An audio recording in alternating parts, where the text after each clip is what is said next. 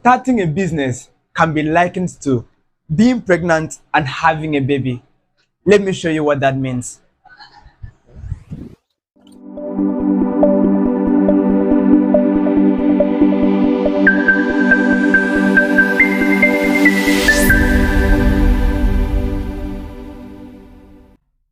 Today we're going to discuss a very sensitive issue, and that is, do you really need a logo when you're starting your business? And what are the other branding mistakes that business owners make when they're starting out their brand?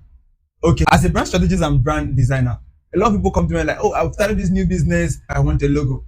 And starting your business can be likened to having a baby. You have your business, which is BS, and you have your baby. Most people have this idea, you've planted it in your heart, you've developed it, worked on it. It's like being pregnant. You've nurtured this idea for a long time, and then it's ready. You've started the business.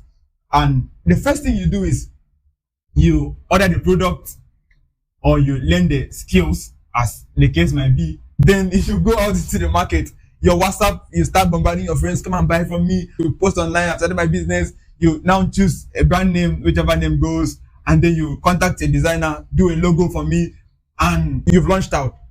But you forget something. Let me show you what you forget. In the same scenario, you're pregnant. Now, after being pregnant, you've put to bed, but you refuse to do one thing. You refuse to do the most important thing. Let me show you what that is. You have your baby, but all this while from the hospital, your eyes like this. You're looking at every other thing. Oh, and my baby is here. My baby is here. Come and see my baby. Every other thing, but you refuse to look at one thing. Few days after you've named the baby, you're going to the market to buy baby clothes, but you've not checked one thing. And what is that one thing? That is your child's genital to determine your child's gender. But then you've gone to a graphic designer. Please pierce this child's ear. Pierce the ear. Plait the hair. I want to do up gel. I want to do up gel. You refuse to know if this child is male or female. If you even need to pierce the child's ear or make the hair. Or most business owners make this mistake. And you should not do the same thing for yourself. First thing is determine your child's gender. What does determining your child's gender mean in business? Let me show you. It is target gender equals to target audience. Determine your target audience. Who is this business for? Who are my product and services for? Just start from there first. In the process of determining your target audience, there are a lot of things that will fall in place because there are so many other people in the market. What will make me different? These are the conversations that we have first. This all falls under brand strategy. How do I position myself? When you're starting your business, going for a logo is not the first thing. Your brand naming is not the first thing. Most people just name their business Beauty's Hair Salon. My name is Beauty, so you have to name it Beauty's Hair. But your brand name should all come under here. When you've determined your target audience, you know who you're selling for. There are a lot of things you put in place. That is all brand strategy. So the first thing you need to do is not going for a logo. It is actually booking a brand strategy. Or you can do it for yourself if you know how to do it. Or you work with your designer who is a brand strategist to help you with that. You find out your target audience first. You find out more like ideal customers, what they really look like, the segment inside this target audience. Then you look at things like, what is my unique value proposition? What do I tell these customers that makes me different from every other people in the market? They sell hair products, or you have a store that sells hair products. What is my difference? Is it that I am affordable, that my products are cheap? Is it that I have high quality product? What makes me different? That is the things you answer. From there, what is like more like my brand positioning statement? What makes it is carved out of here? Brand positioning statement. And then inside that, what is my vision, mission statement? But if your business is, you're planning to do this thing long term, you have to find these things out. What is your vision, mission, and value statement? This is more important for the in-house. For yourself, it's personal motivation.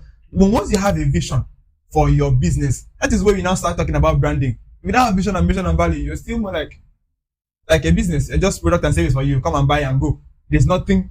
If you now employ somebody, how do you motivate this person? What vision are they coming into? Because they have to come in and see, oh, this is this person's plan. Your goal is, today you might start with just a single hair product, but you are looking at 5 years from now, you want to have a beauty plaza. You understand? 10 years from now, this is where you're heading to. That person will come into the business and give out the energy, work towards building that vision alongside with you. But if you don't have that, you remain small business forever. What is the mission? What are the values? That is it that we don't buy cheap products, we don't sell cheap products, our services are our core, we have integrity.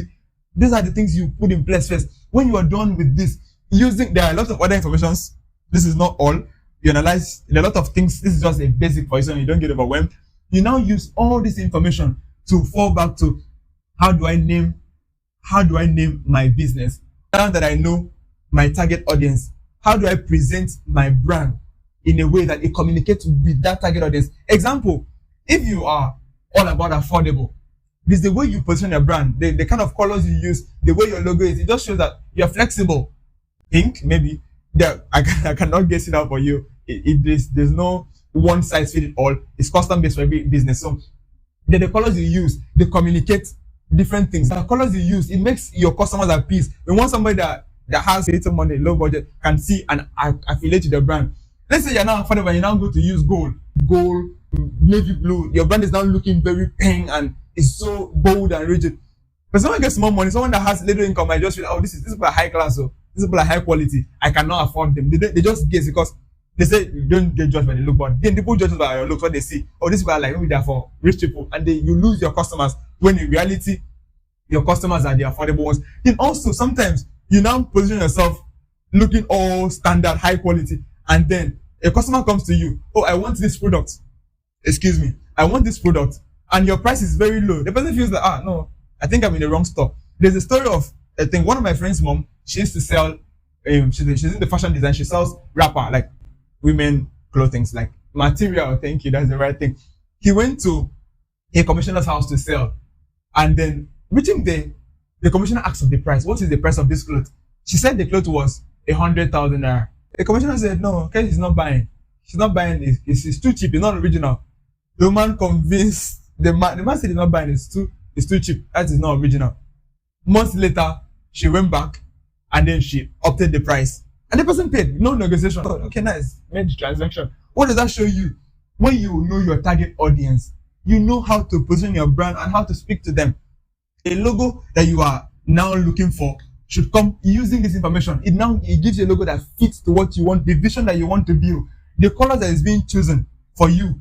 This is the logo. The color fits to the vision, the messaging. How are you going to talk to your customers? What terms are you going to use? This is also very important because a lot of business owners, they underestimate the power of messaging. That is why you start your business 2 years after you've worked alone, you have your customer base, they love you because you are friendly and you have a lot of vibe, you are caring, they love who you are, you've been able to fit in your personality in your brand. Even if you don't know what branding is and you've not done branding, you just carry your personality and fit into your business and your customers love you. And then you now go and employ someone. There's no written down guideline. You've not thought this person, this is what my brand is, this is what I have built so far. You just employ the person, come and start working. And this person starts insulting your customers. Have you not had cases where you go to a business and then the staff, they are very arrogant. They're just arrogant, they're very less concerned. It's because they have not been taught. They have not been taught. You can't even hold those customers accountable because you know you have not taught them what your brand represents. These are the issues that you try to build something and then you now unconsciously tear it down because you've not done what you're supposed to do. Your brand messaging, that is how you now determine, what kind of text do you use? What should your heading? What should they sound like? These are all encapsulated in your branding process. And this branding starts with the identity. It doesn't start with the design, do logo, go to CorelDRAW. It's not just open CorelDRAW. No, it starts with your brand strategy, where you sit down with the strategists and then you guys talk about your business. What do you want? How do you want it? How should it be like? You have that communication. It now goes back to prepare a detailed brand guideline. In the case of us in Color, we use our AI brand builder.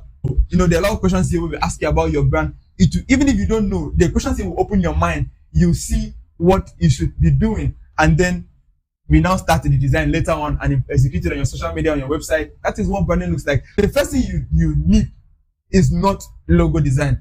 Sometimes it's not even to name the business. Those things will come naturally. Those things will come later. The foundation here is your target audience. All this information here is where you start from. Analyze your competitor. Now, there's an issue with, cut that out. You analyze your competitor. Create things like your customer persona. Customer persona is a small document that shows you what your ideal customer should look like.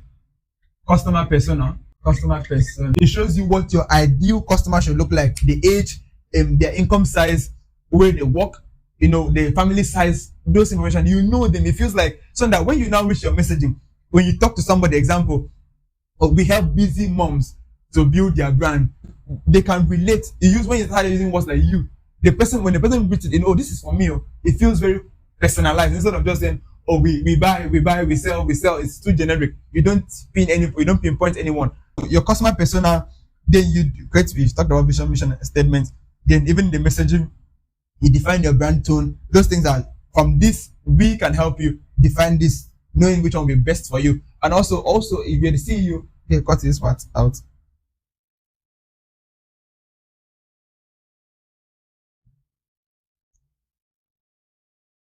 When you start, this is what you should be looking out for. I hope this is useful to you. Don't rush to logo. Start with brand strategy. Lay the foundation for your business so that you can connect with the right audience and you can sell with ease. All right. So thank you for watching this series. I hope our new boss session was helpful to you. We're now going to do a lot of practical teaching here. You get to learn about your brand. We'll talk about a lot of things in this series. We'll talk about a lot of things here. If you're new to the channel, please subscribe. My name is Abiakwan. I am the brand strategist at Color.com. Color is a branding and marketing agency here in Nigeria, and we help businesses like yours to gain and retain more customers using proven branding principles, which I'll be sharing with you on this channel. So subscribe and stay colorful. Bye.